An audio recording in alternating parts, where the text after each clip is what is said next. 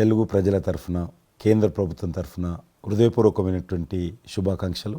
ఎందుకంటే తెలుగు సినీ పరిశ్రమలో అక్కినేని నాగేశ్వరరావు గారి తర్వాత మీరు పద్మవిభూషణ్ తీసుకోవడము మాకందరికీ గర్వకారణం. మీ యొక్క 45 ఏళ్ల సినీ జీవితంలో పునాది రాళ్ళు వేసుకుంటూ స్వయం కృషితో ఈరోజు ఎదుగుతూ వస్తున్నారు.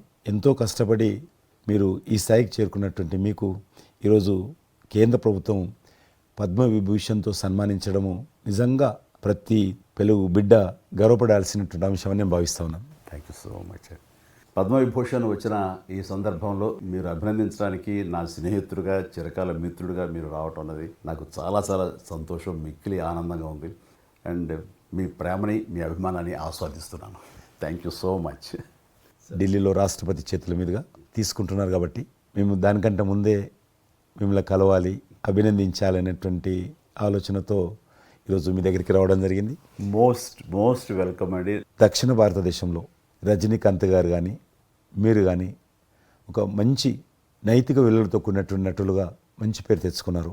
అంతేకాకుండా మన తెలుగు ఇండస్ట్రీస్కి వచ్చినప్పుడు తెలుగు ఇండస్ట్రీలో అప్పుడప్పుడు అనేక రకాల సమస్యలు వస్తుంటాయి, క్రైసిస్ వస్తూ ఉన్నప్పుడు ప్రభుత్వంతో కానీ మీ నటుల మధ్యలో కానీ సినిమా ఇండస్ట్రీ మధ్యలో కానీ వచ్చినప్పుడు సీనియర్ నటుడిగా, మెగాస్టార్గా అందరినీ సమన్వయపరుస్తూ మరి ముందుకు తీసుకెళ్ళేటువంటి వారు.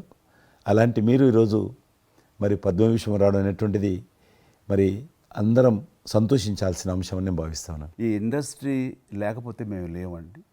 మా చదివిన చదువుకు కానీ మన బ్యాక్గ్రౌండ్కి కానీ ఏదో ఒక మారుమూల ఉద్యోగం చూసుకుంటూ ఉండాల్సిన వాళ్ళు ఈ రోజున ఇంత సెలబ్రిటీ స్టేటస్ కానీ ప్రపంచవ్యాప్తంగా ఎక్కడ మన వాళ్ళు ఉన్నా సరే అక్కడ గుర్తింపు కానివ్వండి, ఇవన్నీ రావటం అంటే కనుక కళామ తల్లి, ఆ సినిమా ఇండస్ట్రీ నాకు పెట్టిన భిక్షగా నేను ఫీల్ అవుతుంటాను.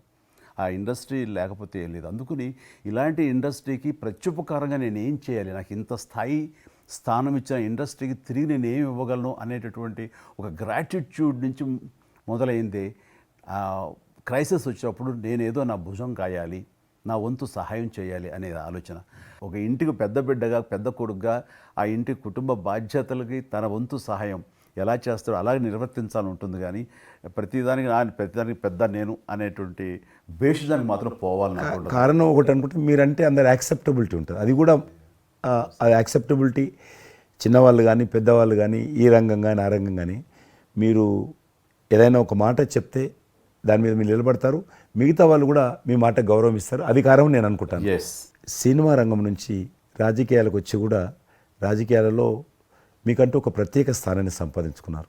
మీరు కొత్త ఒరవడి రాజకీయాల్లో కూడా తీసుకురావడం జరిగింది. మీరు చేపట్టినటువంటి ప్రచార కార్యక్రమం కానీ మీకు వస్తున్నటువంటి స్పందన కానీ అద్భుతంగా మేమందరం ప్రతి కార్యక్రమాన్ని వేరే ప్రత్యామ్నాయ పార్టీలో ఉన్నప్పుడు కూడా మీ రాకను మేము గమనించే వాళ్ళము. మీరు చేస్తున్నటువంటి ప్రచారము, కొత్త ఒరవడి మీరు అద్భుతంగా చేశారు. ప్రాంతాలకు అతీతంగా మీకు స్పందన లభించింది, చాలామంది గెలిచొచ్చారు. ఒక ఆర్టిస్ట్గా నేను మంచి స్థితిలో ఉన్నప్పుడు రాజకీయాల్లోకి వెళ్ళాల్సినటువంటి ఒక పరిస్థితులు నెలకొన్నాయి. ఆ సమయంలో నేను ప్రజలకి ఏదో చెయ్యాలనే తప్పనే ప్రధానం తప్ప ఎలాంటి పొజిషన్స్ ఏమిటి దీని నాకు దృష్టి లేదు. ఎందుకంటే అన్నిటికీ మించి ఉన్నతమైన స్థానాన్ని వాళ్ళ మనసులో వాళ్ళు ఇచ్చిన తర్వాత దానికి మించి నాకు ఏది కావాలి కోరిక లేదు నాకు. అయితే ఏదో చిన్న ఎత్తున మనకి తెలిసి మనకు అందుబాటులో ఉన్నటువంటి చారిటబుల్ ట్రస్ట్ ఇవి పెట్టి చేస్తాం, నేత్రదానం అని రక్తదానం అని చేస్తున్నాం. కానీ పెద్ద ఎత్తున చేసే అవకాశం భగవంతుడు ఇస్తే కనుక అది చిత్తశుద్ధితోటి నేను మనసావాచ కర్మేణ చెయ్యాలి అని ఆ రకంగా నా కృతజ్ఞత తీర్చుకోవాలని మాత్రం చూపించాలని మాత్రం నాకు ఎప్పుడు ఉంటుండేది. నాకు ఇప్పటికి జ్ఞాపకం ఉంటుంది. ఇది అంతకుముందు ఒకటే ఉండేది, ఇలాగ పెట్టినప్పుడల్లా ప్రతిసారి మీరే జ్ఞాపకం వస్తారు నాకు. ఎంత కీన్ అబ్జర్వేషన్. రాజకీయంగా ఉన్నప్పుడు మాత్రం నాకు ఎనలేని సంతృప్తి ఎక్కడ లభించిందంటే, ముఖ్యంగా ఇప్పుడు తమరు చేస్తున్నటువంటి శాఖ ఉంది కదా టూరిజం, అది నేను మీకంటే కొంచెం ఒక స్టెప్ ముందుగా దాన్ని నేను అవి నిర్వర్తించినప్పుడు ఆ శాఖలో మంత్రిగా నాకు పొందినటువంటి అనుభూతి కానీ లభించిన సంతృప్తి కానీ అంతా ఇంత కాదు. ఆ రకంగా మాత్రం రాజకీయాలకు వస్తే ఇంత చేయొచ్చా అనేది మాత్రం నాకు సుస్పష్టంగా నాకు అనుభవపూర్వకంగా తెలిసి వచ్చింది మంత్రిగా ఉన్నప్పుడు టూరిజానికి. అది అలా అలా వెళ్ళి ఆఖరికి ఒక కల్నరీ ఇన్స్టిట్యూట్ అనేది నాకు అవకాశం తిరుపతిలో నేను వెళ్ళాను. అద్భుతమైనటువంటి ఇన్స్టిట్యూట్ అది. అంటే క్షమించాలి, అది ఇనిషియేట్ చేసి తీసుకురావడం వరకు నేను చేసి ఇంకా ప్లానింగ్ అంతా మీరు ఉన్నప్పుడే జరిగింది. అంతా జరిగింది. రాబట్టడానికి ఎంత కృషి చేశానంటే అంతా ఇంత కాదు, అది మనకు రాకుండా పోయే పరిస్థితులు ఉన్నాయండి. ఆ టైం లోపల ఒక మినిస్టర్నా ఒక సూపర్ స్టార్నా అన్నీ పక్కన పెట్టేసి ఆ ప్లానింగ్ కమిషన్ చైర్మన్ ఉండేవారు మౌంటిగా అహ్లూవాలియా. ఆయన దీన్ని వద్దు, మనకి ఇది వైబుల్ కాదు, ఇది ఫీజిబుల్ కాదంటే కనుక కాదని ఆయన గుమ్మదరికి వెళ్ళిపోయి చేతులు కట్టుకుని ఇది ఓకే చేయండి సార్, దీని ఆవశ్యకత అంతా ఉందా కాదు. ఇండియాలో ఉన్నటువంటి ఎన్ని రకాల స్టేట్స్, ఎన్ని రకాల కల్చర్స్ ఉన్నాయో అన్ని రకాల వంటకాలు ఉండేటటువంటి దేశం మందే. అది నేర్పించే ఒక ఇన్స్టిట్యూషను ఈ రోజున మనకి కావాలి, అదే కల్నరీ ఇన్స్టిట్యూట్. అది మనకు వచ్చింది, దాన్ని మనం నిలబెట్టుకోవాలి. ఇది గొప్ప అవకాశం, ఎంతోమందికి ఉద్యోగం ఇవ్వటమే కాదు, మన కల్చర్ని కూడా మనం నిలబెట్టడం అవుతామంటూ ఆయనతో పోరాడి కన్విన్స్ చేసి ఓకే చేసి ఇక్కడ రాష్ట్ర ప్రభుత్వం, ఆ రోజున ఉన్న రాష్ట్ర ప్రభుత్వం ఒప్పించి రేణుగుంటలో 17 ఎకరాల దాకా చేయించి ఇంకా పెట్టేస్తున్నాం, ఇక మనం స్టోన్ వేస్తున్నాం ఇక్కడ అని అనుకున్న సమయంలో, ఈ రాష్ట్ర విభజన సమయంలో నేను రిజిగ్నేషన్ టెండర్ చేసి వచ్చింది. అయితే ఫైల్ సంతకం అన్నీ అయిపోయినాయి. దాని తర్వాత ఇమ్మీడియట్గా వచ్చిన కేంద్ర ప్రభుత్వంగా మీరు దాన్ని ఇంప్లిమెంట్ చేసి ఈరోజు రేణుగుంటలో అది మీరు చాలా అద్భుతంగా ఉన్నదండి. ఇంకా దాన్ని ఈ మధ్యలోనే 2 రోజుల క్రితం ఈ మధ్య నేను మా సెక్రటరీని పంపించాను. మళ్ళీ దాన్ని ఇంకా రిక్రూట్మెంట్ కానీ, ఇంకా రీడెవలప్మెంట్ కానీ, ఇంకా ఏ రకంగా డెవలప్. ఇప్పుడు ఆల్రెడీ మేము ఎస్వి యూనివర్సిటీతో టైప్ చేసుకుంటున్నాము, టీటీడీ వాళ్ళతో టైప్ చేసుకుంటున్నాము, కొన్ని స్టార్ హోటల్స్తో టైప్ చేసుకుంటున్నాము. ఆ రకంగా ఇంకా మీరు ఏదైతే ఆలోచన ఉండనో మీ ఆలోచన ప్రకారం దాన్ని ముందుకు ముందుకు తీసుకెళ్తాం. మీరు రాజకీయాలు ఉన్నా, సినిమా రంగంలో ఉన్నా కూడా కల్మషం లేనటువంటి వ్యక్తి అని నేను భావిస్తాను. ఎవరిని పల్లెత్తు మాట అన్నారు, ఇంట్లో అన్నారు అనుకుంటా, బయట అన్నారు అనుకుంటాను. పార్టీ పెట్టినప్పుడు కూడా ఎవరన్నా అక్కడక్కడ రాజకీయంగా అన్నా కానీ మీరు వ్యక్తిగతంగా అందరూ గౌరవిస్తారు ఈరోజు ఏ పార్టీలు ఉన్నప్పుడు కూడా. నేను అది ముందస్తుగా చూసింది మీలో కిషన్ రెడ్డి గారు. మిమ్మల్ని మనస్ఫూర్తిగా చెప్తున్నాను, అసెంబ్లీలోకి నేను అడుగుపెట్టినప్పుడు నేను కొత్తవాడిని. నా వెనకాల ఆల్రెడీ ఒకసారి ఎమ్మెల్యేగా చేసి రెండోసారి ఎమ్మెల్యేగా ఉన్న కిషన్ రెడ్డి గారు నా పక్క సీట్లో ఉండేవారు. ఇటు పక్క ఇంకొకరు జయప్రకాష్ నారాయణ గారు, ఆయన ఇటు పక్క చంద్రబాబు నాయుడు గారు, మరో పక్కేమో వైఎస్ఆర్ అందరూ ఉండేవాళ్ళు. వీళ్ళందరూ మాట్లాడుతుంటే, వీళ్ళందరూ రాజకీయ ఉద్దండులు మాట్లాడుతుంటే అందరిని చూస్తుండేవాడిని. అక్కడ నాకు వచ్చిన షాక్ ఏంటంటే, ఫస్ట్ ఒకళ్ళు దుయ్యబెట్టుకుంటూ తిట్టుకుంటూ అసలు దుర్భాషలు ఆడుకుంటూ కొట్లాడుకునే పరిస్థితి వస్తూ ఇక ఫినిష్ అయిపోయింది, ఇక ఒకళ్ళు మాట్లాడుకోరు, ఇంకా వీళ్ళు దీర్ఘకాల శత్రువులు వీళ్ళు ఇంకా అనే ఫీలింగ్ వచ్చింది. ఇలా ఉంటుందా అనేది. బట్ దానికి విరుద్ధంగా నేను అసెంబ్లీ అయిపోగానే కారులో నడుచుకెళ్తుంటే ఎవరైతే ఇద్దరు తిట్టుకున్నారో, ఒకరొకరు దూషించుకున్నారో వాళ్ళు భుజమే చేసుకుని ఏంది భయ్యా నువ్వు అలా అన్నావు, నువ్వు అనలేదు భయ్యా, అరే నా నాయకుడు చూస్తున్నాడు అనకపోతే బాగుండదని ఇట్లా అంటుంటే నాకు షాక్ తిన్నాను. చాలా ఆశ్చర్యపోయేవాడిని, ఇదే ఇలా ఉంటుందా. మీ సినిమా ఫీల్డ్ కంటే ఎక్కువ నటులు ఉంటారు, మీ సినిమా ఫీల్డ్ కంటే ఎక్కువ నటులు రాజకీయాల్లో ఉంటారేమో అలా అనిపిస్తుంది నాకు. అక్కడ అలాంటి పరిస్థితుల్లో ఒక నిబద్ధతతోటి ఇష్యూ బేస్డ్గా మాట్లాడుతూ తను అనుకున్నవి నిర్దిష్టంగా చెప్పగలిగేటటువంటి నాయకుల్లో మిమ్మల్ని అబ్జర్వ్ చేశాను. మీరు ఎక్కడ ఎవరిని దుర్భాషలాటం నేను చూడలేదు, ఎవరిని పౌరుషంగా మాట్లాడటం చూడలేదు, ఎవరిని ఎద్దేవా చేయడం, రెడిక్యూల్ చేయడం నేను చూడలేదు. మీరు ఎంతసేపు ఇష్యూ బేస్డ్గా మాట్లాడేవాళ్ళు, స్ట్రాంగ్ వాయిస్ చేసుకుని మీరు అనుకున్నది అది ఎంత కరెక్టు, ఎలా అన్యాయం జరుగుతుంది అని ఆ ప్రజలకి మద్దతుగా ప్రజల తరపున నిలబడి మాట్లాడిన నాయకుడిగానే మిమ్మల్ని చూశాను. నేను ఇప్పటికీ అలాగనే ఉన్నాను. అవును, మా పార్టీలో ఉన్న కొంతమంది కానీ, బయట ఉన్నటువంటి వాళ్ళు కానీ, కొంత మీడియా విలేకరులు కానీ, నువ్వు ఆ రకంగా మెత్తగుంటే లాభం లేదు, ఇప్పుడు రాజకీయాలలో నువ్వు కూడా పరిశ్రమంగా మాట్లాడాలి, వ్యక్తులను చాలా గట్టిగా మాట్లాడాలి అంటారు. కానీ నేను అదే అంటాను, నేను ఇప్పుడు మారలేను, నాకు అవసరం కూడా లేదు, నేను ఇలానే ఉంటాను. నేను గతంలో ఏ రకమైనటువంటి వాజ్పేయి గారు, లాల్ కృష్ణ అద్వానీ గారు, మా తెలంగాణలో మా వి రామారావు గారు, వెంకయ్యనాయుడు గారు, దత్తాత్రేయ, ఇదంతా నాకు నేర్పారు వాళ్ళు. నేను చిన్నగా ఉన్నప్పుడు నా చేయి పట్టుకొని నడిపారు వాళ్ళు. కాబట్టి నేను ఏ రోజు కూడా చిన్న పొరపాటు చేయకూడదు అనేటువంటి దాంట్లో ఉన్నాను. నేను ఎప్పుడన్నా రాస్తారోకో చేసేవాళ్ళం. రాస్తారోకే మాకు వి రామారావు గారని సిక్కిం గవర్నర్ ఉండే ఎమ్మెల్సీ, ఆయన వెంటనే ఫోన్ చేసేవాడు. నువ్వు ఎక్కడన్నా పోతున్నప్పుడు ఎవరన్నా రాస్తారోకే చేస్తే ఒక 2-3 గంటలు ట్రాఫిక్ జామ్ అయితే నీకెంత బాధ అవుతుంది. కాబట్టి నువ్వు రాజకీయ నాయకుడు అయినంత మాత్రాన రోడ్డు ఆపేసి ప్రజలను ఇబ్బంది పెడితే ప్రజలకు మేలు చేయాలనుకుంటున్నావా, ప్రజలు ఇబ్బంది పెట్టాలనుకుంటున్నావా, ఈ రకంగా ప్రశ్నించేవాడు. నేను ఎవరైనా ముఖ్యమంత్రులది దిష్టిబొమ్మ తగలబెడితే ముఖ్యమంత్రి తగలబెట్టొద్దు, కావాలంటే గవర్నమెంట్ తగలబెట్టు, వ్యక్తి ఆ రకం చిన్న చిన్న విషయాలు నాకు ఫ్యాంటాస్టిక్ సార్. ఈ రోజుల్లో ఎంతమంది ఇలా ఆలోచించే నాయకులు ఉన్నారు, ఎంతమంది స్టేట్స్మెన్లు ఈ రకమైన సలహా ఆ తర్వాత వచ్చే యంగ్ నాయకులకి సలహా ఇచ్చేవాళ్ళు ఉన్నారు. అవన్నీ కరువడిపోతున్నాయి. ఇవన్నీ కూడా చరిత్రలో జరిగేవంట అనే స్థితిలాగా ఉంది మీలాంటి వాళ్ళు లేకపోతే కనుక. ఈరోజు మనము స్వాతంత్రం వచ్చి 75 సంవత్సరాలైంది. ఈ 75 సంవత్సరాల్లో మనం అనేక రకాలుగా అభివృద్ధి చేసుకున్నాము, ప్రాజెక్టులు కట్టుకున్నాము, ముందుకెళ్ళాము, కొంత మెరుగైనటువంటి పరిస్థితి వచ్చింది.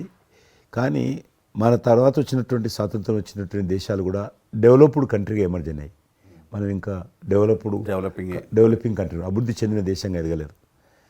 కానీ దురదృష్టం ఏంటంటే మనకు టార్గెట్ పెట్టుకోలే, ఎప్పటి లోపల మనం లక్ష్యం చేరుకుందాం అనేది ఎక్కడ కూడా పెట్టుకోలేదు. ఇంకో 75 సంవత్సరాల తర్వాత ఇట్లనే ఉన్నాం అనుకో, ఇంకో 75 సంవత్సరాల తర్వాత కూడా వెనక తిరిగి చూస్తే మనం డెవలపింగ్ కంట్రీగా ఎమర్జ్ కాము. అందుకే ఈ మధ్యలో మన కేంద్ర ప్రభుత్వము ఒక టార్గెట్ పెట్టుకుంది. ఇప్పుడు కమింగ్ 25 ఇయర్స్ ప్రపంచంలో అత్యధికమైనటువంటి యూత్ పాపులేషన్ ఇండియాలో ఉంటుంది. ఎగ్జాక్ట్లీ. కాబట్టి ఈ 25 ఇయర్స్ అమృతకాలం అంటారు దీన్ని. ఎగ్జాక్ట్లీ. ప్రధానమంత్రి కూడా అప్పుడప్పుడు అంటుంటారు ఇది అమృత కాలం. కాబట్టి ఈ 25 ఇయర్స్ మన యూత్ కానీ ప్రతి ఒక్క ఫీల్డ్ కానీ మనము ఇప్పుడు సినిమా ఫీల్డ్ అందుకు సినిమా ఫీల్డ్ 2047లో ఏ రకంగా ఉండాలి, ప్రపంచాన్ని ఏ రకంగా డామినేట్ చేయాలి, అగ్రికల్చర్ ఏ రకంగా డామినేట్ చేయాలి, ఇండస్ట్రీ ఏ రకంగా డామినేట్ చేయాలి, ఎన్జిఓస్ ఏ రకంగా పనిచేయాలి, ఆర్థిక వ్యవస్థ ఏ రకంగా ఉండాలి, ఆ రకంగా ఎవరికి వారు 140 కోట్ల మంది మనం అనుకొని 2047 లోపల 100 సంవత్సరాల స్వాతంత్ర పండుగ జరుపుకుంటాము. ఆ రోజుకు మనం అభివృద్ధి చెందిన దేశంగా ఎదగాలి. ఇంకొక మాట అంటారు ప్రధానమంత్రి గారు, అప్పుడు ఏ పార్టీ ఉంటుందో అధికారం మనకు అనవసరం. అప్పుడు ఎర్రకోట నుంచి ఏ ప్రధానమంత్రి ఏ వ్యక్తి జాతీయ పతాకం ఆవిష్కరిస్తారో మనకు సంబంధం లేదు, ఎవరైనా ప్రజలు అనుకుంటారు. కానీ ఆ రోజుకు మన దేశం ప్రపంచంలో డెవలప్డ్ కంట్రీ స్థాయికి ఎదిగి 3, 4, 5 ఉంటే అట్లో మన దేశం ఉండాలి అనేది అని ఈరోజు మనం అందరం ఒక లక్ష్యంగా పెట్టుకొని ముందుకెళ్తే యూత్ ఏదైతే అంటున్నారో మీరు, ఆ యూత్ కూడా మరి వాళ్ళ జీవితం సాఫల్యం చెందినట్టు అవుతుంది. ఇప్పుడు డెవలప్డ్ కంట్రీస్లో మనది ఆర్థికంగా చూసుకుంటే కనుక ఆర్థిక వ్యవస్థగా మనది 5వ కంట్రీగా డెవలప్ అయింది. లార్జెస్ట్ ఎకానమీ ఈ మధ్య కాలంలో, ఈ మధ్య సంవత్సరాల్లో, ఒక దశాబ్ద కాలం లోపల. ఇప్పుడు వచ్చే 5 సంవత్సరాల్లో మనం థర్డ్ ప్లేస్ చేరుతాం.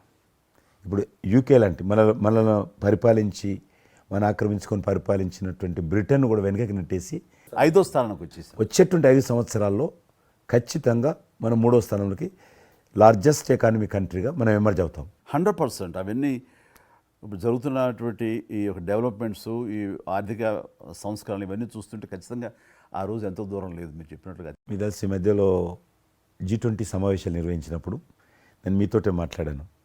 శ్రీనగర్ అంటే ఎట్లా ఉండనో పరిస్థితి తెలుసు. ఈ టూరిజం మినిస్ట్రీకి 4 మీటింగ్లు అవుతాయి. ఒక మీటింగ్ అక్కడ పెట్టాలని నిర్ణయించుకున్నప్పుడు ప్రధానమంత్రి అన్నారు, సినిమా ఫీల్డ్ మీద చర్చించండి, ఎందుకంటే సినిమా ఫీల్డ్ ఎక్కువగా షూటింగ్లు చేసేవాళ్ళు. మేము చిన్నగా ఉన్నప్పుడు జమ్మూ కాశ్మీర్ వెళ్ళలేదు ఎవరం కూడా, కానీ దేశంలో ఉన్నటువంటి కోట్లాది మంది కాశ్మీర్ అందాలను చూశారు సినిమాల కారణంగా. ఎవరు పోలేదు అక్కడికి, కానీ చూశారు. కాబట్టి ఆ సినిమా ఫీల్డ్కి సంబంధించినటువంటి సెషన్ పెట్టాలి మీరు అని చెప్పి ప్రధానమంత్రి గారు చెప్పి ఆయన ఆదేశించిన తర్వాత ఈ సినిమా ఫీల్డ్కి సంబంధించి అన్ని దేశాలకు సంబంధించినటువంటి ప్రముఖులందరినీ కూడా ఆహ్వానించాం. అప్పుడు మేము మీటింగ్ పెట్టాలంటే పాకిస్తాన్ అన్ని దేశాలకు లెటర్స్ రాసింది, చైనా లెటర్స్ రాసింది, టెర్రరిస్ట్ ఆర్గనైజేషన్స్ అన్నీ కూడా హెచ్చరించాయి. జమ్మూ కాశ్మీర్కి వస్తే, Kashmir is a disputed place అది, కాబట్టి ఎవరు రావద్దు, వస్తే మాత్రము ఏమైనా అవుతే మాకు సంబంధం లేదని పాకిస్తాన్ కూడా అందరూ హెచ్చరించారు. బట్ ప్రైమ్ మినిస్టర్ చెప్పాడు, ఎట్టి పరిస్థితుల్లో మీటింగ్ పెట్టి తీరాలి, నువ్వు నాకు అనవసరం, నీకేం కావాలో నేను అన్ని ఏర్పాటు చేస్తాను. ఆ తర్వాత నేను మీతో మాట్లాడి ఆ రోజు అప్పుడే కాశ్మీరు అని అనగానే మీరు కాశ్మీరు లోయల్లో కన్యాకుమారి ఇలాంటి సాంగ్స్ ఎన్నో మాకు గుర్తుకొచ్చినాయి. అలాంటిది మళ్ళీ మీరు మీ పార్టిసిపేషను ఉంటే బాగుంటుంది అనుకున్నప్పుడు ఆ టైంలో నేను రాలేని పరిస్థితిలో రామ్ చరణ్ వస్తే బాగుంటుంది, అతను ట్రిపుల్ సినిమా ఆస్కార్ అవార్డు తోటి తను మంచి ఆస్కార్ అవార్డు వచ్చింది, బాగుంటుంది ప్రధానమంత్రి గారు చెప్పాను. అప్పుడు అందరూ ఫారినర్స్ డెలిగేట్స్ అందరూ కూడా ఏ సినిమా సాంగ్ అది నాటు సినిమా డాన్స్ చేశారు అక్కడ. ఎవరు మన కొరియన్ మినిస్టర్.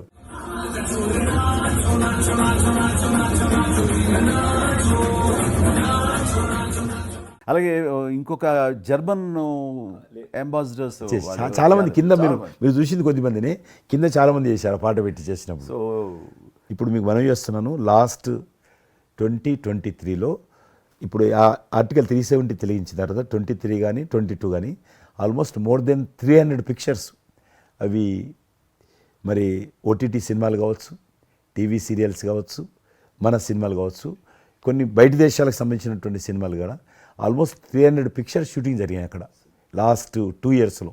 మళ్ళీ తిరిగి మీ ప్రభావంతో ఆయన నరేంద్ర మోడీ గారి చొరవతోటి ఇలాగా G20 కల్చర్ ముఖ్యంగా టూరిజం సంబంధించి సినిమాలను ఎంకరేజ్ చేస్తూ మీరు తీసుకున్న చొరవ, అందులో రామ్ చరణ్కి మీరు ఇచ్చేటువంటి ప్రాధాన్యత ఇవన్నీ కలిపినప్పుడు ఫస్ట్ నా వైఫ్ తన ఫ్రెండ్స్ తోటి ఎక్కడికి వెళదాం ఈ హాలిడే అంటే వాళ్ళ ఫ్రెండ్స్ అందరూ కలిపి కాశ్మీర్కి వెళ్ళారు.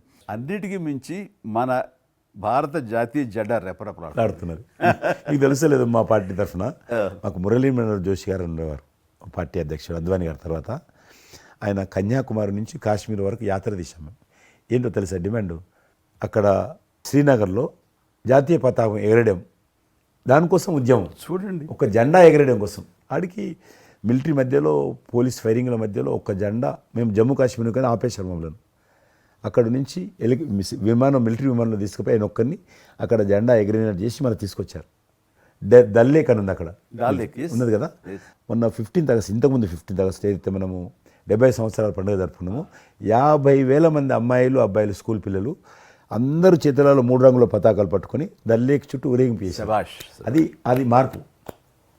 ఇంకొకటి నాకు సంతోషం ఏంటంటే, మీరు రాజకీయాలకు రాకముందే మీకంటూ ఒక ప్రత్యేక స్థానం సర్వీస్ యాక్టివిటీలు, చిరంజీవి చారిటబుల్ ట్రస్ట్ చాలా పెద్ద ఎత్తున చేయడం అనేటువంటిది నిజంగా అది చాలామందికి ఆదర్శమైంది.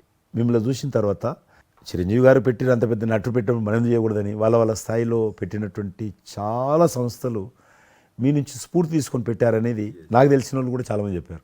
కాబట్టి అది గొప్ప విషయం. మీకు ఎందుకు వచ్చిన ఐడియా? అది ఏదైనా సరే ముందు మన మనసులో తిరిగి ప్రత్యుపకారంగా ఏదైనా చెయ్యాలి అనే భావం ఒకటి ఉంటేనండి అవకాశాలు ఎదురుగా ఉంటాయండి మన ఎదురుగా.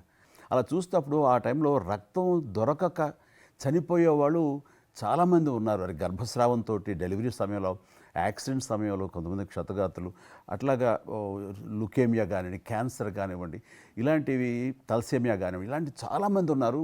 ఇంతమంది జనాభా ఉన్న ఈ దేశంలో రక్తం ఇచ్చేవాళ్ళు లేకుండా పోయారు. ఎందుకంటే రక్తం అనేది ల్యాబుల్లో తయారు చేసేది కాదు, ఒక మనిషి మరొక మనిషికి దానం ఇస్తేనే జరిగేది. సో ఆ మాత్రం ఆల్టర్నేటివ్ లేదు, ప్రత్యామ్నాయం లేదు. సో ఇది కేవలం మంచి మనసుతోటి ఉండేవాళ్ళు ఇచ్చేదే.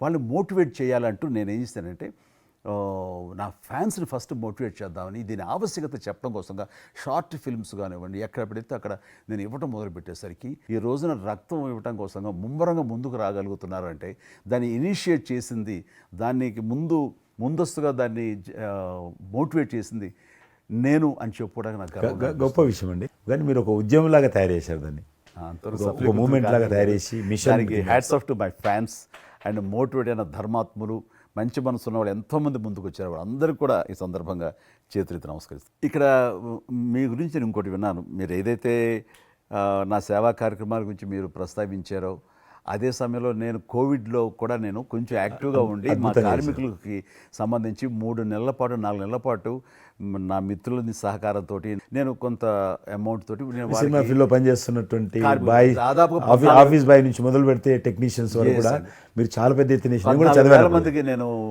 గ్రాసరీస్ ఇవ్వగలిగాను వాళ్ళకి బయటికి రాని పరిస్థితిలో. బట్ అదే పరిస్థితిలో మీరు దేశవ్యాప్తంగా మీరు ముఖ్యం ఇక్కడ మన రాష్ట్రానికి సంబంధించి తెలంగాణలో మీరు ఫ్రంట్ లైన్లో ఉండి ప్రతి వాళ్ళని పరామర్శిస్తూ, ప్రతి హాస్పిటల్కి వెళుతూ, ఎవరైతే ఆ రోజున ఫ్రంట్ లైన్ హీరోస్ ఉన్నారో వాళ్ళందరినీ పరామర్శిస్తూ మీరు అద్భుతంగా పెద్ద ఎత్తున చేశారు. అదే కాకుండా మన ఇండియా లెవెల్లో మీరు corona command control room, corona command control room మీకు మీ ఆధ్వర్యంలో జరిగింది. అప్పుడు మీరు చేసిన సేవల గురించి దేశం ప్రస్తావించారు. అంటే అప్పుడు నోడల్ మినిస్ట్రీ, హోమ్ మినిస్ట్రీ ఉండింది. ఏమైనా డైరెక్షన్స్ దేశానికి ఇవ్వాలన్నా, రాష్ట్ర ప్రభుత్వాలకు ఇవ్వాలన్నా, లాక్డౌన్ ఎక్కడ పెట్టాలి, ఎక్కడ పెట్టకూడదు, ఎప్పుడు పెట్టాలా, లాక్డౌన్లో ఏ స్థాయికి వెళ్ళాలా, అన్నీ కూడా హోమ్ మినిస్ట్రీ ఇచ్చేది. నేను అప్పుడు హోమ్ మినిస్ట్రీలో ఉన్నాను. ప్రజలకు రోజువారీ అవసరమైనటువంటి 24 మినిస్ట్రీస్, 3 జాయింట్ సెక్రటరీస్ ఒక్కొక్క మినిస్ట్రీ నుంచి 8 గంటల చొప్పున హోల్ నైట్ టు డే 24/7 ఆ బ్యాచ్ కరోనా కంట్రోల్ రూమ్లో కూర్చోవాలి. ఆ రకం కూర్చున్నప్పుడు దానికి యాజ్ ఎ మినిస్టర్గా నన్ను ఇన్ఛార్జ్ పెట్టారు ప్రధానమంత్రి గారు, అమిత్ షా గారు. చాలా అద్భుతంగా నేను కూడా ఆల్మోస్ట్ 1.5 మంత్ ఆఫీసులోనే పడుకున్నాను. మిలిటరీ విమానాలలో ఆక్సిజన్ పంపించాను, మీకు తెలుసు మిలిటరీ విమానాలు. చాలా ఒక విమానం ఢిల్లీ నుంచి ఆక్సిజన్ తీసుకొని వస్తే గ్రీన్ ఛానల్ ద్వారా హైదరాబాద్ సికింద్రాబాద్ స్టేషన్ వచ్చేంతవరకు కూడా ఎక్కడ ఆగకపోయేది. అంత నెట్వర్క్ గ్రీన్ ఛానల్ అంటారు. ఆ రకంగా విమానాల ద్వారా నేను గాంధీ హాస్పిటల్కి ఆల్మోస్ట్ 12 సార్లు పోయాను లోపలికి.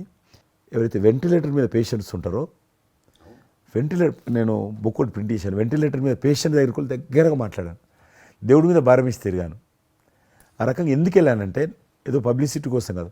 డాక్టర్లు పనిచేస్తున్నారు, ఆడ నర్సులు పనిచేస్తున్నారు, మోరల్ సపోర్ట్ ఇవ్వడం కోసం. ఆడ శానిటేషన్ సిబ్బంది పనిచేస్తారు, క్లీన్ చేయడం. వాళ్ళు పనిచేస్తున్నప్పుడు మనం వాళ్ళని గాలికి వదిలేసి మీరు పని చేయండి, మేము రాజకీయ నాయకులము, మేము ఇళ్ళల్లో ఉంటాము, మేము రాము అని కూడా దాన్ని బట్టి నేను లోకల్గా ప్రజాప్రతినిధిని, ఎంపీని అని చెప్పి మా ఇంట్లో భయపడుతున్నా, అందరూ భయపడుతున్నా. ప్రెస్ వాళ్ళందరూ వచ్చేవాళ్ళు. ప్రెస్ వాళ్ళందరినీ గేట్ కాడ బయట మెయిన్ గేట్ కాడ ఆపాడు. ఇక నేను పోయేవాడిని, మొత్తం చూసేవాడిని. ఆ సూపరింటెండెంట్ కూడా నాతో పాటు లోపలికి వచ్చేవాడు ధైర్యం చేసి నేను వెళ్ళినప్పుడు. ఆ రకంగా పూజారులు ఉంటారు దేవాలయాలలో. పూజారులు కూడా చాలా పేదవాళ్ళు ఉంటారు, మీకు తెలుసు. వాళ్ళకు దేవాలయాన్ని క్లోజ్ అయినాయి కదా, ఆ టైంలో పూజారులు అందరికీ గ్రాసరీస్ పంపించడము, మీలాంటి వాళ్ళ దగ్గర పెద్దవాళ్ళ దగ్గర సాయం తీసుకొని మా కార్యకర్తలకు పంపించడము, పోలీస్ స్టేషన్లో పోలీసుకు పంపించడము, హోంగార్డ్స్ పంపించడము. ఈ రకంగా నేను కూడా కొద్దిగా గొప్ప చేశాను. ఇక్కడ మా వాళ్ళతోటి కలిసి నా కాన్స్టిట్యున్సీ చూసి ఈవెన్ నా పార్టీలో ఉన్నటువంటి నాకు పనిచేసినటువంటి పేద కుటుంబాల కార్యకర్తలకు కూడా గ్రాసరీస్ పంపించాను నేను. ఆ రకంగా కూడా వర్కౌట్ చేశాను. మీ కుటుంబంలో కూడా చాలామంది మీకు బంధువులు సినిమాలు వచ్చారు. అందులో ఇద్దరు ప్రముఖంగా, మీ అబ్బాయి చరణ్ గారు కావచ్చు, మీ సోదరుడు పవన్ కళ్యాణ్ గారు కావచ్చు. వాళ్ళిద్దరిట్లో మీకు నచ్చిన సినిమా ఏముంటుంది? పవన్ కళ్యాణ్ సినిమాల్లో నాకు తొలి ప్రేమ ఒకటి చాలా ఇష్టం, బద్రీ ఇష్టం, అలాగే జల్సా అనే ఇంకో సినిమా, అత్తారింటికి దారేదైతే చాలా నేను చూశాను అది. అవి తను చేసినవి సినిమాలైనా అన్నీ కూడాను అద్భుతమైన సినిమాలే, 1-2 తప్ప. అండ్ చరణ్ రెండో సినిమా మగధీర నభూత నా భవిష్యత్. మీరు అసెంబ్లీలో నాకు వచ్చి చెప్పారు, ఏది మగధీర రిలీజ్ అయిన రోజు ఉన్నారు, మీరు జ్ఞాపకం ఉందో లేదు మీకు? కరెక్టే కదా, మీరు షేర్ చేశారు. చాలా బాగా నడుస్తుంది మా అబ్బాయిది, మంచి అదే టైం మీరు అసెంబ్లీలో కూడా చెప్పారు మాకు, మామూలుగా మాట్లాడుతున్నారు, మగధీర చాలా అద్భుతంగా వచ్చింది చిరంజీవి అని. మీరు ఎంత సంతోషపడిపోయారో. మీకు రాజకీయంగా మీ తదనంతరం లేదా మీతో పాటు మీ బంధుగణంలో కానీ మీ బంధువులో కానీ మీరు ఎంకరేజ్ చేసిన మీ శిష్య వర్గంలో కానీ ఎవరైనా ఉన్నారా? అంటే నేను మా కుటుంబం నుంచి ఎవరిని ప్రోత్సహించలేను. ఎవరన్నా ఇష్టం ఉంటే వాళ్ళు రావాలి ఫ్యూచర్లో, నేను ప్రోత్సహించలే ఎవరిని కూడా. నాకు పార్టీలో గ్రూప్ అంటూ లేదు, అందరూ పార్టీ కార్యకర్తలందరూ నా గ్రూపే, పార్టీయే నా జెండా. ఆ రకంగా నేను ఎవరిని వ్యక్తిగతంగా నా మనిషిని ప్రోత్సహించుకోవడము, లేకపోతే మా కుటుంబ సభ్యులను ప్రోత్సహించడం అనేటువంటిది, ఎవరైనా రాజకీయాలు అంటే వాళ్ళ స్వేచ్ఛ, మనం బలవంతంగా తీసుకొచ్చి నిలబెట్టారు అనేది నేను జనాలు కూడా అనుకోలేదు ఇప్పటివరకు అయితే. ఈ ఫ్యూచర్ ఏమైతే చెప్పలేను ఇప్పటికైతే. మీరు ఒక గ్రూపు, నా కార్యకర్తలు నా గ్రూప్ అని మీరు అంటే నాకు ఒక విజువల్, ఒక ఫోటోగ్రాఫ్ గుర్తుకొస్తుంది. మీరు వైట్ హౌస్ ముందు మీరు కొంతమంది కార్యకర్తలు అలా ఉన్నారు, కానీ వాళ్ళు నిశ్చితంగా చూస్తే నరేంద్ర మోడీ గారు ఉన్నారు ఆ టైం లోపల. మీకు అప్పటి నుంచి కూడా నరేంద్ర మోడీ గారితో సత్సంబంధాలు ఉండేవా? అద్వానీ గారు ప్రెసిడెంట్ ఉన్నప్పుడు 1994లో నేను అప్పుడు యూత్ వింగ్లో పనిచేస్తున్నాను. American council of young political leaders, అది యుఎస్ గవర్నమెంట్ ఏజెన్సీ. వాళ్ళు ఏం చేసేవాళ్ళంటే కొన్ని ముఖ్యమైనటువంటి దేశాల నుంచి అప్పుడప్పుడు యూత్ డెలిగేషన్, పొలిటికల్ పార్టీకి సంబంధించినటువంటి యూత్ డెలిగేషన్, యంగ్ లీడర్స్ అంటారు, యంగ్ లీడర్స్ని పిలిచి మా దేశం ఏ రకంగా అభివృద్ధి చెందుతుందో మీరందరూ చూసి మీరు మీ దేశాల్లో మాకు దేశం గురించి ప్రచారం చేయాలి, వాళ్ళ కాన్సెప్ట్ అది. అద్వానీ గారు 3 సెలెక్ట్ చేశారు. నన్ను హైదరాబాద్ నుంచి, తెలంగాణ ఉమ్మడి రాష్ట్రం ఆంధ్రప్రదేశ్ నుంచి, కర్ణాటక నుంచి అనంత్ కుమార్ అని చనిపోయారు, మినిస్టర్ ఉండేవారు, సివిల్ ఏవియేషన్ మినిస్టర్ ఉండేవాడు, కల్చర్ మినిస్టర్, ఆయన చనిపోయారు మధ్యలోనే. అక్కడ గుజరాత్లో ఆర్గని పార్టీకి సెక్రటరీ ఉండేవాడు నరేంద్ర మోడీ గారు, అప్పుడు మినిస్టర్ కాదు ఇంకా మా 3 సెలెక్ట్ చేసి ఢిల్లీకి పిలిచి ఇట్లా మీరు పార్టీ తరఫున పోవాలి అని చెప్పి, నన్ను కూడా నువ్వు పోవాలన్నప్పుడు నాకు పాస్పోర్ట్ లేదు, నాకు చాలా చిన్న ఏజీ, ఫ్లైట్లో మొదటిసారి పోయినా నేను, తొందర రమ్మంటే మా పార్టీ ఫ్లైట్ టికెట్ ఇస్తే పోయాను. మాట్లాడినాక వారు చెప్పారు మీరు ముగ్గురు అని కూర్చున్నాక ఇంటి ముందోటి కటింగ్ షాప్ ఉంది. నరేంద్ర మోడీ దగ్గర గడ్డ ఉంది, నాకు గడ్డ ఉంది చిన్నోని, మీరు దగ్గర క్లీన్ షేవింగ్ చేసుకురా అన్నాడు. నరేంద్ర మోడీ ఇంటి మా అమ్మ పోయిన క్లీన్ నాకు చూపించాలన్నాడు. మళ్ళీ వచ్చి మళ్ళీ పోయి క్లీన్ షేవింగ్ చేసుకొని నరేంద్ర మోడీ గారు మేము ఇద్దరం, ఎందుకనంటే అయినా మీరు పార్టీ రిప్రజెంట్ చేయడం లేదు, మీరు ఇండియాని రిప్రజెంట్ చేస్తున్నారు, టైంకి రావాలా, టైం పోవాలని చెప్పి మమ్మల్ని పంపించిన తర్వాత నరేంద్ర మోడీ గారు మీరు చూడండి ఆ ఫోటోలో ఆయన సంఖ్య ఒక బ్యాగ్ ఉంటుంది. ఆ బ్యాగులో పుస్తకము పెన్ ఉంటుంది.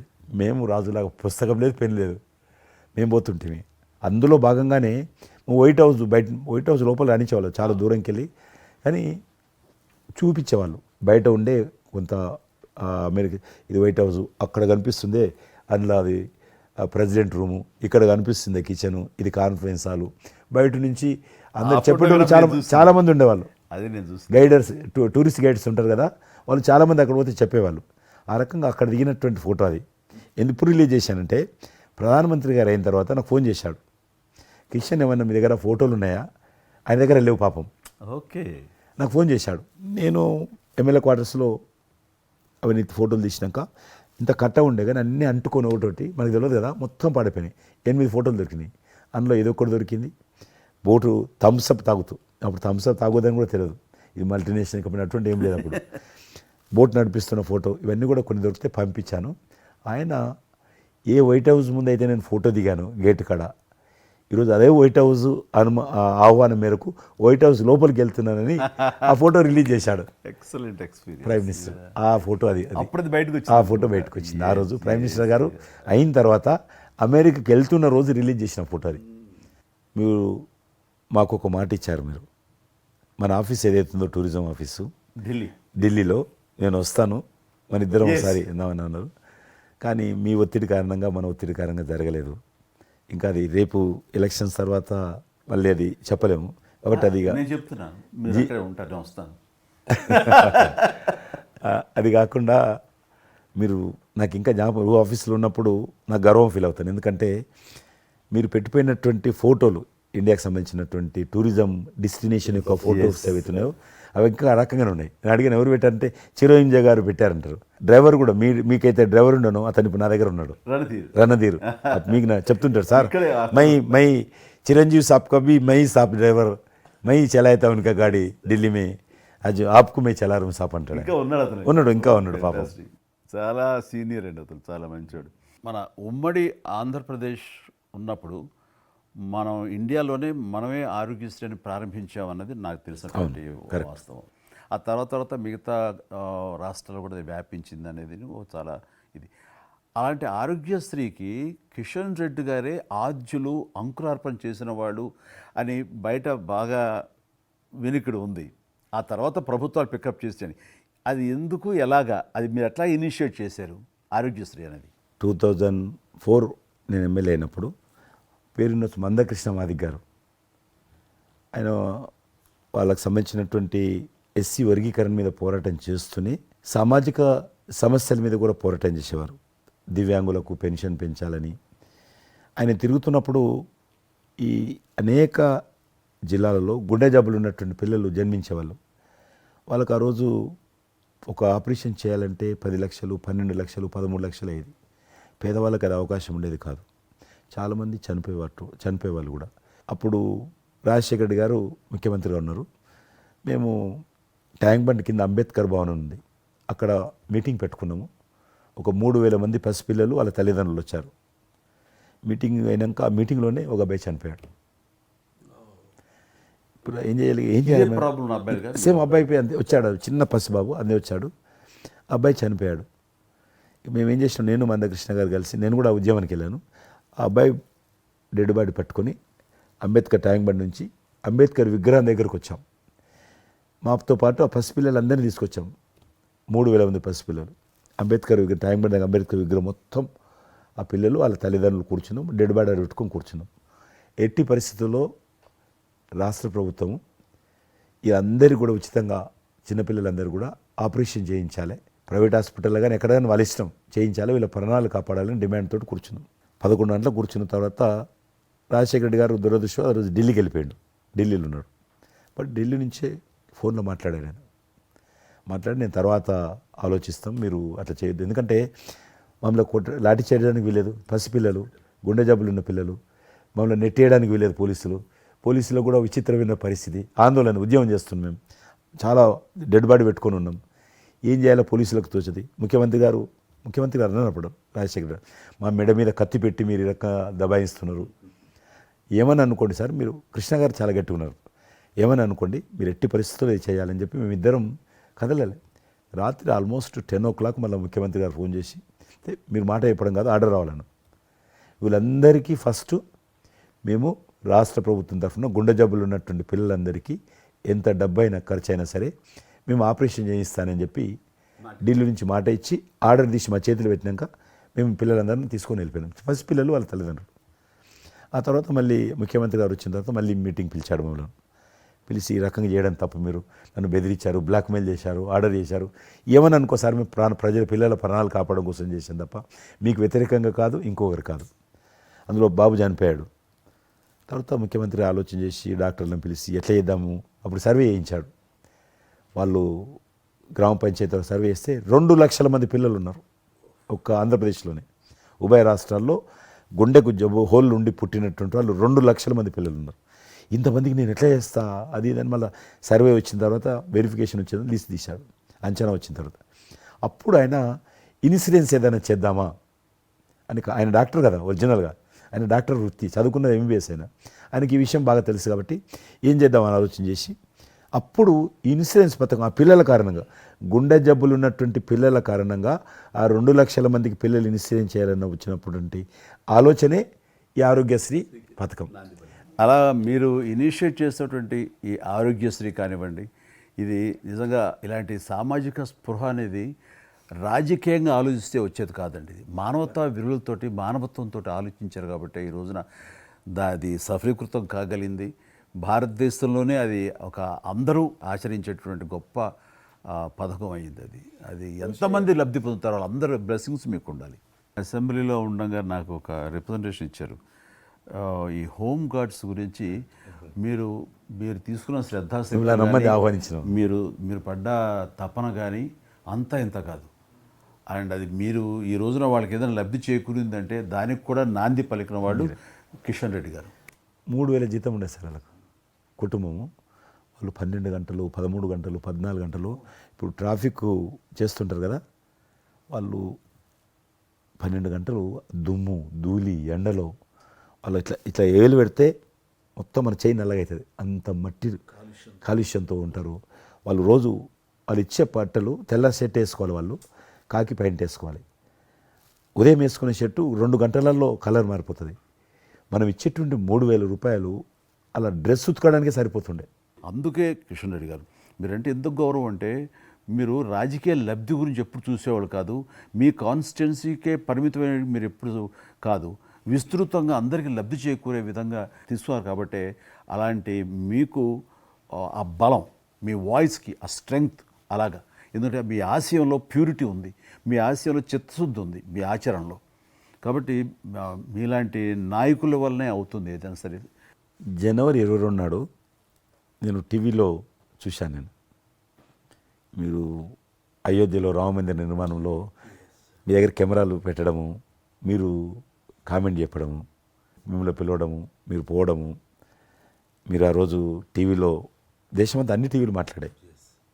మీకు మీరు ఏ రకంగా ఫీల్ అనిపించింది మీకు? అది హనుమాన్ని ప్రార్థించే ఆయన మా కులదైవంగా చూసిన మాకు రామచంద్రుడు ఆ నామమే మాకు ఒక రకమైన గొప్ప స్ఫూర్తి మాకు. అలాంటి రాముడు మమ్మల్ని ఆహ్వానించినట్టుగా అనిపించిందండి. అది అక్కడ 500 సంవత్సరాలుగా ఎన్నో అక్కడ ఉన్నటువంటి ప్రాబ్లం అనేది అది సునాయాసంగా చేయటం అన్నది అది ఆయన వల్లనే అయ్యింది, నరేంద్ర మోడీ గారు తలుచుకోబట్టి అయ్యింది అనేది. అలాంటి దానికి మేము ఆహ్వానించబడటం అనేది అది మేము చేసుకున్న అదృష్టం, మా పుణ్యం. చాలామంది అందరము భయపడ్డాం ఏమైపోతుందో దేశంలో, గొడవలు అయితే మత కళాలు జరుగుతుందేమో. కానీ అదృశ్యం ఏంటంటే ముస్లింలు కూడా చాలామంది సానుకూలంగా. ఇక్కడ నేను ఒక విషయం చెప్పాలి. నేను రామ మందిరం నుంచి నా హోటల్ ఉంది అక్కడ, ఆ హోటల్కి వెళ్ళడానికి నేను కారు హైర్ చేసుకున్నాను మా ఫ్యామిలీ. అది ముస్లిం డ్రైవర్. సో ఈ రోజున ఇంత కాంట్రవర్షియల్ ఈ ప్లేస్లో ఈ రోజున టెంపుల్ కట్టడంపై మీరందరూ ఎక్కడో కొంత అసంతృప్తితో ఉండుంటారు కదంటే. కాదండి, ఈ రోజు నుంచి మా టెన్షన్ రిలీవ్ అయిపోయింది, కరెక్ట్, మేము చాలా రక్షణతో ఉన్నాం అన్న ఫీలింగ్ ఉంది. ఎంత హిందూ కాన్వర్జేషన్ అండి. ఇక్కడ 144 సెక్షన్ ప్రివేల్ అవుతూ ఏ రోజున ఏం గొడవలు జరుగుతాయి, ఎక్కడి నుంచి ఏ ఘర్షణలు జరుగుతాయి, స్కూల్కి వెళ్ళి మా బిడ్డలు వస్తారా వెళ్తారా అనే టెన్షన్లో ఉండేవాళ్ళం మేమంతా. అండ్ అలాంటి ఘర్షణలో వాళ్ళు ముస్లిమ్సా లేకపోతే హిందూస్ అని ఏం చూడరు కదండి, ఎవరు అందరూ సఫరర్సే. అలాంటి పరిస్థితులు ఇప్పుడు నెలకొన్న సమయంలో ఎలాంటి గొడవలు లేకుండా ముందు ఒక నిర్ణయం తీసేసుకున్నారు. ఎస్, రామ మందిరం వెల్ కట్టేసారు, అయిపోయింది. ఇక్కడి నుంచి లిఫ్ట్ చేసేసారు 144 సెక్షన్, ఇంకేం లేదు, అన్నీ సజావుగా సాగిపోతాయంటే మాకు సెక్యూర్డ్ ఫీలింగ్ వచ్చింది, మా బిడ్డలకు రక్షణగా ఉంది, మాకు ఇంకేమీ కాదన్న భరోసా వచ్చింది మాకు. వీఆర్ సో హ్యాపీ అని ఒక ముస్లిం సోదరుడు అన్నారు. ఇప్పుడు అదే మీరు ప్రస్తావిస్తున్నారు. ఇప్పుడు చాలామంది ముస్లిమ్స్ వెళ్తున్నారు చూడడానికి, దర్శనం చేసుకోవడానికి. ఒక అమ్మాయి అయితే బాంబే నుంచి నడుచుకుంటూ వచ్చింది, 22nd చేరుకుంది అక్కడ అమ్మాయి. ఓకే, నేను ఉన్నాను వెనకనే ధైర్యాన్ని ఇచ్చేటువంటి మన ప్రధాని గారు, ఈ భారత ప్రభుత్వం ఇవన్నీ కలిపి దోహదపడ్డాయి. అందుకని ఆయన ఒక మాట అన్నారు అయోధ్య టైంలో, మొన్నటిదాకా టెంట్లో రాముడిని చూసాం, ఇంకా రాముడికి ఆ పరిస్థితి లేదు, ఆయన ఒక పర్మనెంట్ స్ట్రక్చర్లో ఉంటాడు అని అన్నప్పుడు అందరూ మంచి రెస్పాన్స్ ఇచ్చారు, బాగా రెస్పాండ్ అయ్యారు. అట్లాగా ఈ రోజున ఆయన తీసుకున్న ప్రతి కార్యక్రమం కూడాను ఒక మత సామరస్యాన్ని సూచిస్తుంది. దానికి నేను ఒక విషయం కూడా చెప్తాను, మీరు చెప్పారు కదా, నేను ఎలక్షన్ ప్రచారానికి 2019లో కానీ అంత ముందుగానే వెళ్ళేవాడిని. డిఫరెంట్ రీజన్స్ మా పార్టీకి సంబంధించి కావచ్చు, ఇతరత్ర కావచ్చు. మేము వెళ్తున్నప్పుడు ముస్లిం సమాజాన్ని బస్తీలు కూడా వస్తాయి కొన్ని, మేము ఎంత మైకులు పెట్టుకొని డ్రమ్ కొట్టుకుంటూ పోయినా కూడా ఒక్కరు కూడా బయటకు వచ్చేవాళ్ళు కాదు. ఇప్పుడు పరిస్థితి త్రిపుల్ తలాక్ అని ఒకటి ఉండేది, అది ముస్లింలో ఒక సాంప్రదాయం. అది ఏదైనా భర్త కోపం వచ్చినా 3 సార్లు తలాక్ అంటే ఆడబిడ్డ ఇంటి నుంచి వెళ్ళిపోవాలి. 3 సార్లు అంటే తలాక్ అంటే వెళ్ళిపోవాలి. అయితే దాన్ని మోడీ గారు త్రిపుల్ తలాక్ సిస్టాన్ని చట్టం చేసి ఇది చేయడానికి వీల్లేదు, ముస్లిం మహిళలకు కూడా హక్కులు ఉంటాయి అని చెప్పి ఆయన చేశాడు. అప్పుడు కూడా చాలామంది భయపెట్టించారు, మత కళాలు జరుగుతాయి, అట్లా వేయొద్దు, నువ్వు ముస్లిం పర్సనల్ విషయాల్లో మీరు జోక్యం చేసుకుంటున్నారంటే ఆయన చాలా వివరంగా చెప్పాడు. ఈరోజు నువ్వు ఒక భర్తగా నీ భార్యకు తలాక్ అని ఇచ్చేసి పంపించేస్తున్నావు, రేపు నువ్వు తండ్రి అవుతావు, తండ్రి అయిన తర్వాత కూడా మీ అల్లుడు నీ కూతురుకు తలాక్ విడాకులు ఇచ్చి పంపిస్తే అప్పుడు నువ్వు ఎంత బాధపడతావు. కాబట్టి ఏ తండ్రి అయినా సరే అట్లా ఉంటుంది. కాబట్టి ఇది ఈ రకమైనటువంటి ఉండకూడదని చెప్పి ఆయన త్రిపుల్ తలాక్ రద్దు చేస్తే, నేను ప్రచారానికి వెళ్తున్నప్పుడు అంతకుముందు బయటకు వచ్చేవాళ్ళు కాదు. ఉదాహరణకు నేను ఇట్లా పోతున్నాను అనుకోని, రోడ్డు రథం మీద నేను పోతుంటే ఇటు సైడ్ నుంచి ఒక ముస్లిం అలా భార్యను కూర్చుని పెట్టుకొని మోటార్ సైకిల్ మీద నడుపుకుంటూ వచ్చేవాడు. ఇప్పుడు ఏం చేస్తున్నంటే భర్తకు చూడకుండా ఎన్నుకున్నటువంటి భార్య పరద లేపి ఇట్లా నాకు ఊపుతున్నచ్చి, ఇది నేనే సాక్ష్యం, అంత మార్పు వచ్చింది. కట్టన్స్ ఓపెన్ చేసి బస్తీలలో ఇండ్ల ముందుకు వెళ్తుంటే ముస్లిం ఆడబిడ్డలు వచ్చి, మాతృమూర్తులు వచ్చి, తల్లులు వచ్చి చేతులు ఊపుతున్నారంటే నిజంగా సంతోషం. అంటే ఆడబిడ్డలో 10 కోట్ల మంది ముస్లిం ఆడబిడ్డలు ఈ దేశంలో, కానీ అది రావడంతో వాళ్ళకు ధైర్యం వచ్చింది, వ్యతిరేకత లేకుండా ఏ ప్రొటెస్ట్ లేదు. అదే ఫస్ట్ ఆఫ్ ఆల్ విజయం. కాబట్టి ఈరోజు ఆ రకంగా మీరు చెప్పిన దాన్ని బట్టి వాతావరణం మార్పు వచ్చింది. ఈరోజు మత కళాలు లేవు, కర్ఫ్యూలు లేవు. హైదరాబాద్లో ఎన్ని గొడవలు జరుగుతుండే, ఒక్క గొడవ లేదు ఎక్కడ. బాంబేలో, యూపీలో ఎక్కడ చూసినా మత కళాలు ఉండేది. ఈరోజు ఆల్మోస్ట్ 98% కమ్యూనల్ క్లాసెస్ అయిపోయినాయి. ఎక్కడ కూడా కర్ఫ్యూ అనే లేదు. దేశంలో ఎక్కడో దగ్గర కొన్ని నగరాలలో కర్ఫ్యూ ఉంటుండేది, కొన్ని నగరాల్లో మత కళాలు జరుగుతుండేది. ఎక్కడో ఒక దగ్గర యూపీలోను, మధ్యప్రదేశ్లోను, మహారాష్ట్రను, ఇప్పుడు బీహార్లోను ఎక్కడ వింటలేదు, ఎక్కడ లేదు. ఈవెన్ జమ్మూ కాశ్మీర్ లాంటి రాష్ట్రంలో కూడా 144 సెక్షన్ లేనటువంటి పరిస్థితి ఉన్నది. మీరు వేయచ్చా అంటారు, అద్భుతంగా ఉంది మాట. అది నరేంద్ర మోడీ గారు చాలా విజనరీగా ఆ రకంగా చేశారు.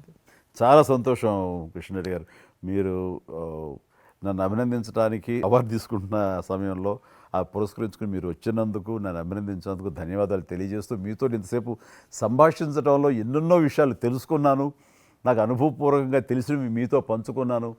అండ్ మీలాంటి నాయకులు రావాలి, ఉండాలి, మరి ఎంతోమందికి ఇన్స్పిరేషన్గా ఉండాలి.